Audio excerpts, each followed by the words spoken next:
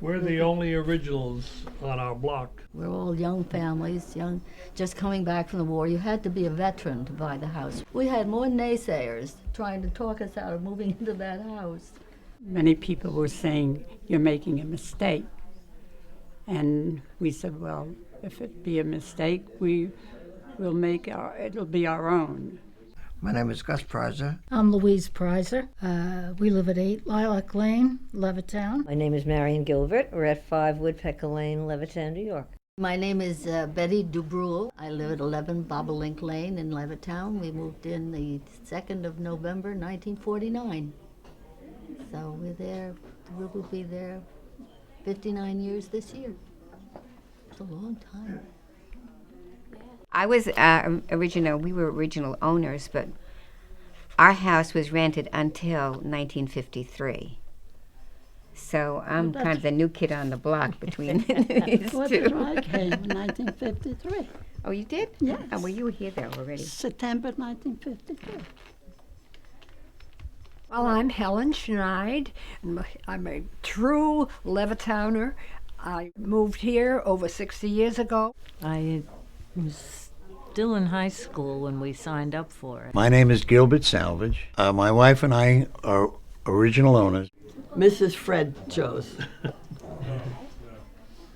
Only because he's sitting next to me. We've been in Levittown since 1948, September the 10th. I'm Gloria Benson, and it's 26 Lilac Lane in Levittown, and I've been here 60 years. My name is Marion Bagnasco, and we're at number 3 Mallard Road in Levittown. I'm an original owner. I'm Polly Dwyer. What number are you? I was number 1970. So they built another 14,000 after that. Well, what number were you? We were 1003. Oh, you came before me. Mm-hmm. Yes, we're originals. We came in that sea of mud. Oh, wow. It was nice. I just got out of the service before, but I was working for Sperry Gyroscope. I worked there before I went in the service, and then when I came out, I got hired right back again. My husband was in the service in World War II, and when the war was over, first we lived with his mother for a while. He was a Navy pilot on carriers, and then he stayed in afterwards in the reserve. Fought in Europe, in France, Austria, Germany. We were in the service together. World War II. I was a World War II Army nurse. I came from Pennsylvania. He came from New York, and we met in England. But I was a corporal and she was a lieutenant. And that was taboo. They used to send me out on detached service to get away from Dorothy. But I always managed to get back to the unit. And after the war, we were married, and now it's 61 years later. It's going to be 62 on May the 4th.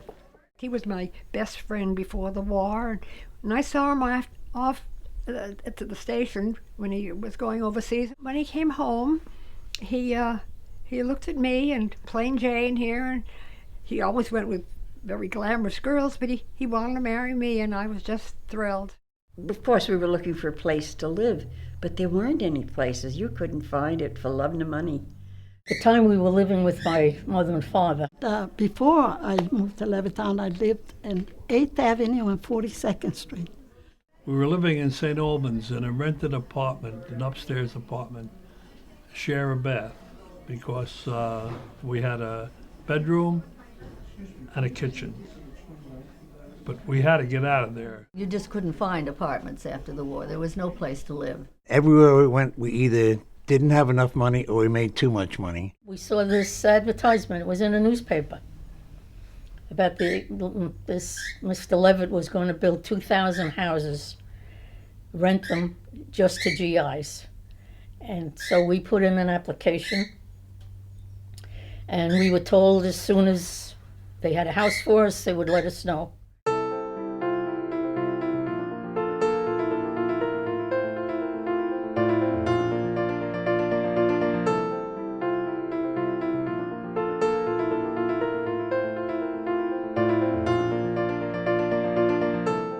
sudden we saw this crowd of people lining the streets and all around this house, and it was the model home that Levitt had at that time for the Levitt home. And we walked in, and I was just stunned. I couldn't believe, having lived, dying for an apartment and seeing ratty things, to go in there and find out that we could own this house for $58 a month. It was absolutely, it was breathtaking. It just knocked me out to date myself. But we went in the front door and came out the back door, and I said, you know, by hook or by crook, this is going to be it. This is what we want. This is what we need. This is what we're going to get.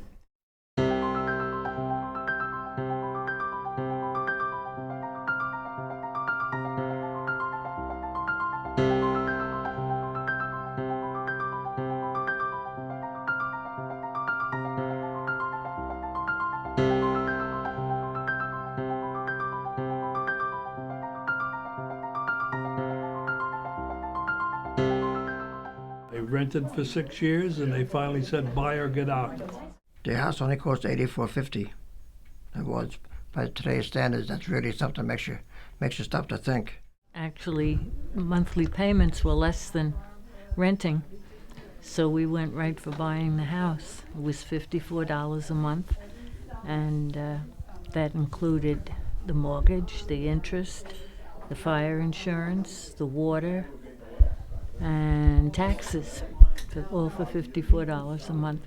We had a $20 deposit with meat and oil for a full tank of oil. Can you imagine? Full tank of oil for $20. And it had 2 rooms upstairs and this nice extension, and it was $10,500, which was a lot of money. We could have gotten the other house for $8,000, but we made the stretch and we bought the house. We had to go to Levitt's offices in Manhasset. You spent a lot of hours in Manhasset waiting online. 8 hours. Just, I know 8 it was hours. a long time. Yeah. Just to put your name down. Yeah, yeah. Get called when a section would open. You picked your area, what area you wanted to be in. I mean, you didn't know what you were picking, you know, but we were very lucky. I guess the Woodpecker Lane is what got us to do it, I think. We wanted the picture window to face south so the sun would come in. It was just a stick in the ground. It hadn't even been started yet. We found our house, the number we already had, and then every weekend we came out here to see the progress of our home. I remember standing outside and just saying, I will never live in Levittown. This is just bare. All these major roads around here were only like, she said, small humps in the road. Even Hempstead Turnpike was small, too. Jerusalem Avenue was a 2-lane dirt road. And this whole area here was basically farmland. And they had claimed that they had a problem with nematodes. They were growing potatoes here. And that was part of the reason why Levitt was able to buy this big parcel of land.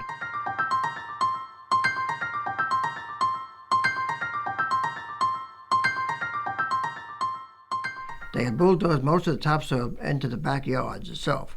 Then he put the foundations all around here. Then he had various crews come in here to a lot of stuff where these houses were framed out. It's piecework. They were the cement men, you know, then the framers, and then there were the sheetrockers. Then there were the roofers and all the rest of the people on this, the whole bit, and the people who did the spackling. I mean, one truck would come by and they would maybe put, not siding up, what goes under the siding, you know, the shell. And then another group would come along and they do another job. We thought we died and went to heaven when we saw our house. It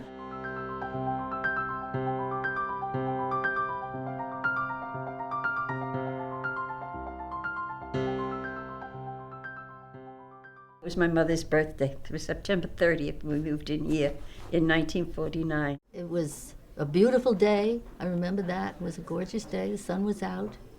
We had those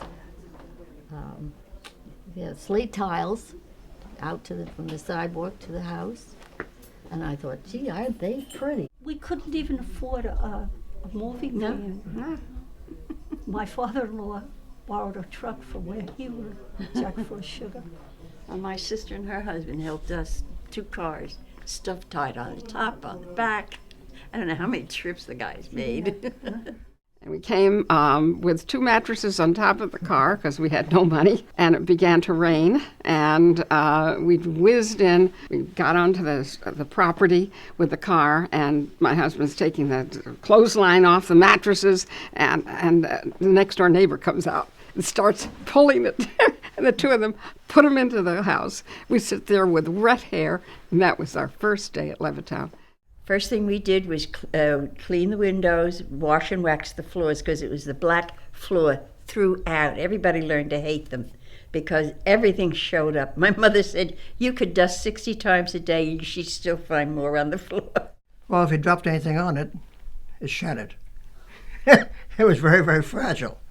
But it wasn't bad. They were good. They polished up beautifully.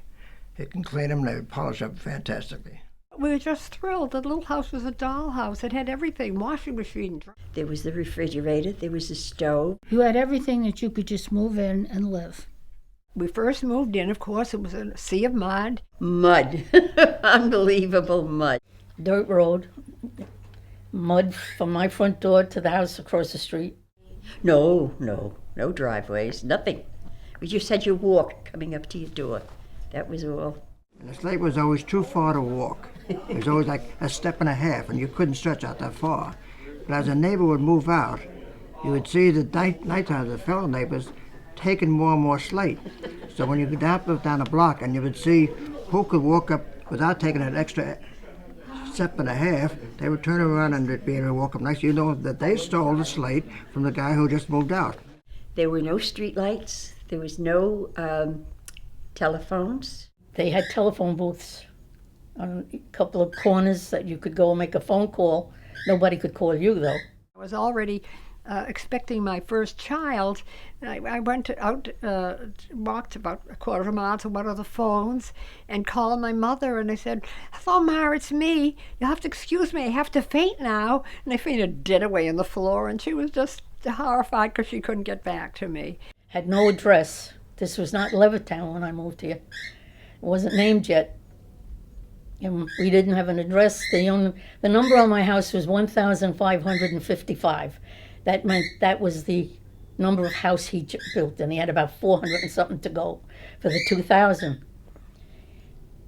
And so it was like no man's land. We used to go into Hicksville every Saturday to do our shopping and to get our mail, because naturally we didn't get any mail, so I didn't have an address. They took a survey whether we would like to call this Levittown or Island Trees. I voted Island Trees. I think most of the people voted Island Trees, but I think Mr. Levitt had in his head it was going to be Levittown no matter what you voted. And that's when they decided to call it Levittown. How we lived. It was so relaxed. Because you were young. We were young, yes. We were young, Nothing too. bad was ever going to happen. Still in our 20s, really. Right. God.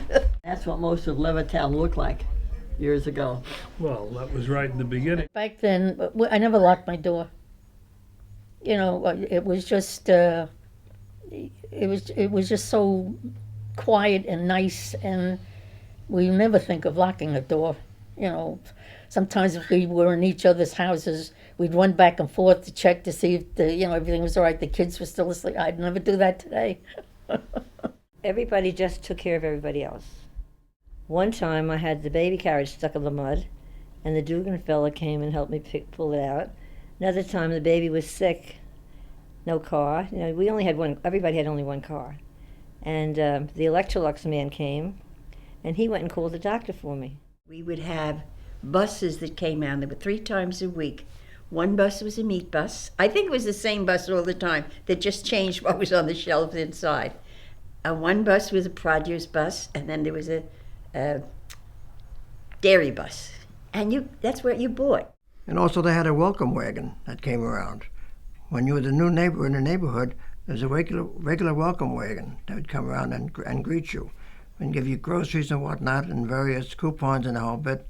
You really felt welcome. I'll tell you, it was really nice in Levittown. We had all the stores down on the turnpike. You didn't have to leave. I mean, you had the grocery stores, you had shoe stores, Penny's was down there. I didn't drive. I had to learn how to drive. If the the family car was not here that particular day, one neighbor would help the other. Many of the veterans who come back here were treated very, very well. And this fit into their salaries. Most people are just starting out in life as married people and whatnot with their families, and they didn't have much money. Well, I used to get by on $22 a week to feed everybody, the four of us. We were all in the same boat. We were young people just starting out with young families. And we used to babysit for each other. At least we did on my block. We did on ours Yeah. too. And we used to have, every Saturday night, we'd meet in somebody's house. And then every once in a while, 15 minutes, every 20 minutes, the men would run home and see if the kids were okay, because we didn't have anybody to sit. But we played canasta. We had the same You story. played canasta too. Sure. Yeah. It was a lot more, I guess we were closer somehow or other. I love the fact that we had open spaces for the children to run around. Well, everything was open. They were not allowed any fences. So the whole backyard would be from one block to the next would be all wide open grass. Go out in the backyard, and they could run from one end of the backyard to the other and all the way down the block. And you get out in the morning and say, "Hi, everybody," and everybody would say hello. In the summertime, we had those little blow-up pools for the children, and everybody had one. So the neighbors, in order to keep our sanity, one day she would have the little ones, I'd have some a little bit older, and the next one would have the older ones. We didn't have many past 8 or 9 years old. And you fed who was ever in your pool for the day, and we kept them separated to stop the fights. The older ones got smart, and they would start at the end house next to me, and they'd run, and they'd slide through her pool, come out the other side, run to mine, slide through mine, all the way down the line. You could hear the shrieking and yelling, and we'd stand out there watching them because they were funny, they really were, and the little ones in the back, toddling, trying to catch up. It was one of those, wait for me. It was really fun to watch them.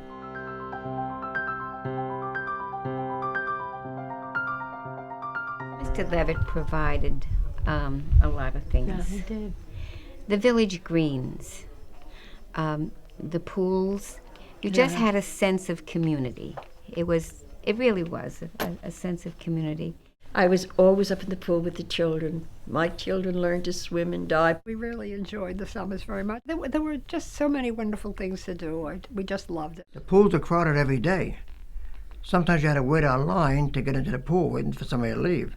But every day the pools were crowded. That was during the weekend and Saturdays and Sundays. And lessons were free. This was playland for us. It was always great because what happened here is that everybody in the whole block, the whole neighborhood itself, but basically this block was our whole neighborhood. We knew almost everybody on the whole block on both sides of the street.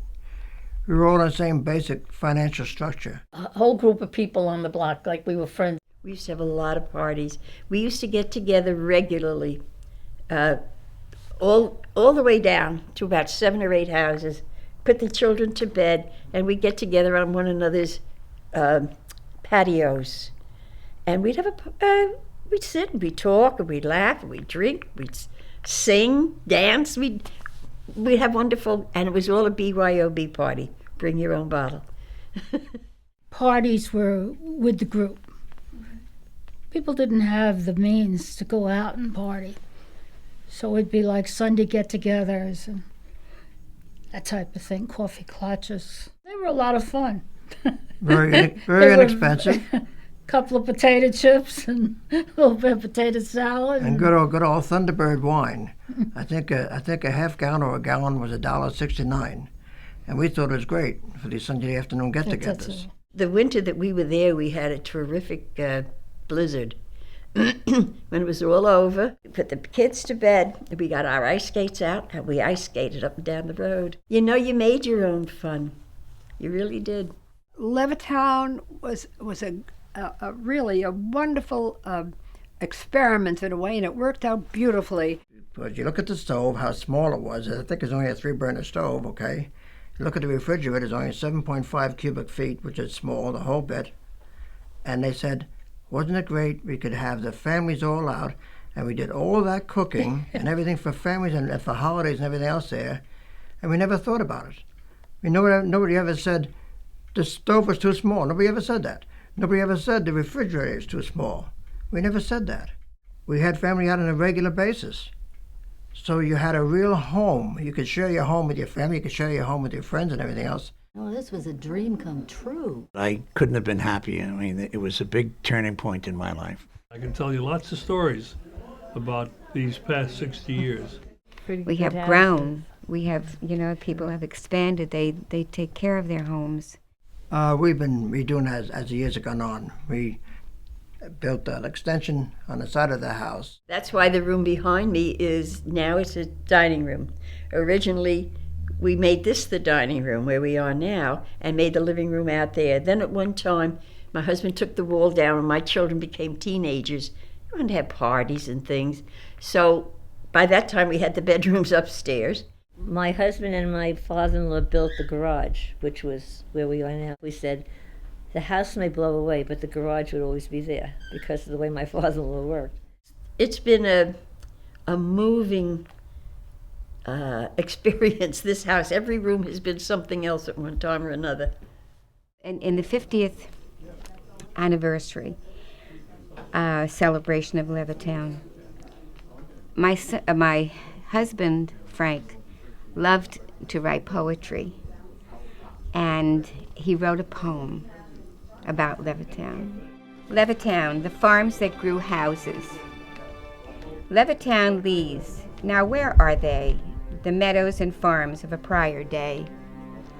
They were bulldozed and marked out into building lots, so today there are traces only in spots. Ball diamonds, drain sumps, village greens, these are the remnants of meadow scenes. A farmhouse, an old school, a white wooden church, once dotting the farmland, are left in the lurch. Surrounded by houses, people, and cars, now they only look up to the stars. Along came Mr. Levitt, a builder of dreams, who made neat rows of houses, with roads as the seams. Cape Cods and ranch efficiently built. Rows of low-priced housing formed a terrestrial quilt. In came the GIs to their modest abodes, with round Bendix washes, doing their clothes. Goodbye the farmland, the meadows, the leas. They were covered with houses, people, and trees. The houses, some expanded now to double the box, may dominate the roads like overgrown flocks. Welcome to Levittown, grown over the leas. It's housing for many that's quite apt to please.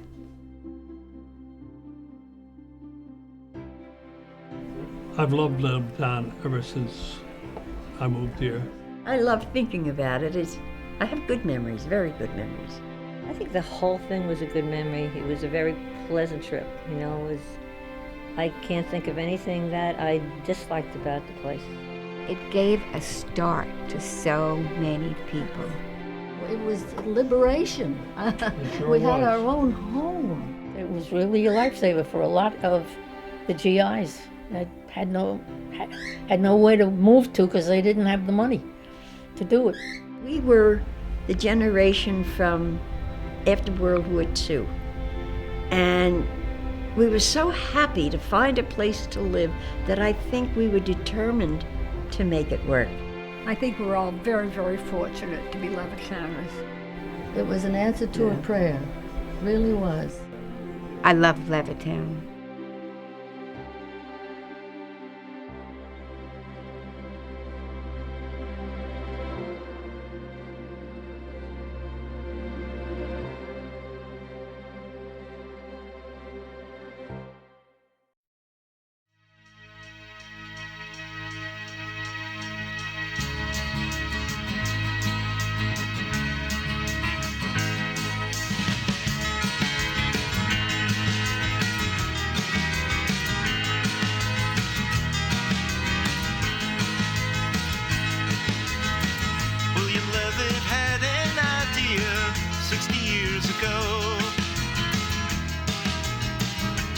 Levittown,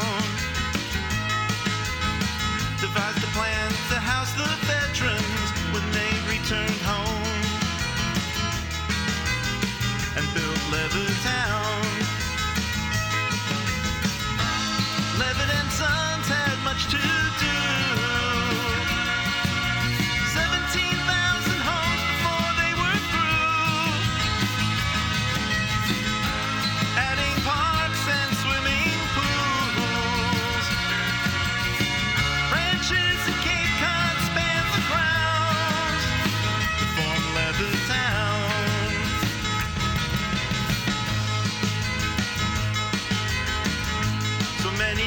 veterans camped out, waiting for the word.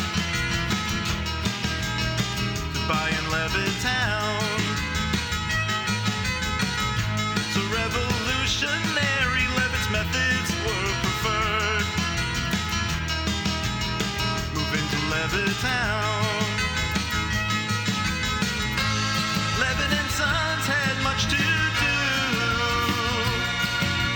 17,000 homes before they were through. Adding parks and swimming pools. Ranches and Cape Cod span the ground to form Levittown. We gave them something that they wanted at a price they could afford, and we made a very small profit. The response was so fantastically great that we began to